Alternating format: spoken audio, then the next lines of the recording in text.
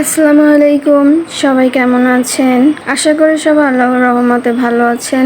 আজ আমি আপনাদের সাথে কাঁঠালের ইঁচড়ের রেসিপিটা শেয়ার করতে যাচ্ছি। প্রথমে কাঁঠালটাকে ভালোভাবে টুকরা টুকরা কেটে এগুলোকে লবণ আর হলুদ দিয়ে সিদ্ধ করে নেওয়া হয়েছে।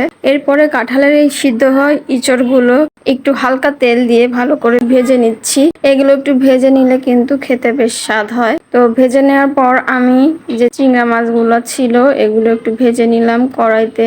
এরপরে রান্নার মেইন প্রসেস শুরু হলো। আমি কড়াইতে প্রয়োজনীয় সব মশলা দিয়ে নিলাম। মশলা দেওয়ার পরে এটাকে একটু ভালোভাবে কষিয়ে নিতে হবে। মশলাটা সবসময় একটু সুন্দরভাবে কষিয়ে নিলে যে কোনো তরকারিতে কিন্তু স্বাদ হয়। এজন্য আমরা যেন কখনো মশলা কাঁচা কাঁচা থাকা অবস্থাতেই এতে কোনো তরকারি না দেই, তাহলে কিন্তু আপনার যে তরকারিটা রান্না করবেন স্বাদ কিন্তু ভালো হবে না। তো এটা একটু সময় নিয়ে সবসময় মশলাটা কষিয়ে নিবেন। তো আমি মশলা কষাতে কষাতে এটা যখন তেল ছেড়ে দেবে তখন এটা নারকেলের দুধ অ্যাড করে দিব। মশলাটা কষানোর পরে এতে তেল ছেড়ে দিয়েছে।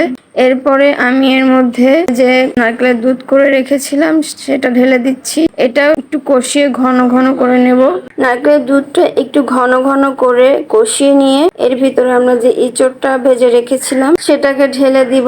ঢেলে দেওয়ার পর এটাকে একটু কষিয়ে নেব কিছুক্ষণ।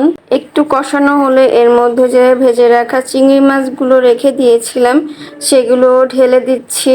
সেগুলো ঢেলে দিয়ে একটু কিছুক্ষণ নাড়াচাড়া দিয়ে কষিয়ে নেব যাতে মশলাটা সবকিছুর মধ্যে ভালোভাবে ঢুকে যায়। তো এটা একটু ঢেকে দিয়ে আবার একটু নাড়ালাম। এভাবে কিছুক্ষণ কষাতে হবে। সবকিছু একটু সুন্দরভাবে কষালে কিন্তু মশলাটা ভিতরে ঢোকে এবং খেতে স্বাদ হয়। আমরা কিন্তু এর মধ্যে কোনো পানি ইউজ করব না।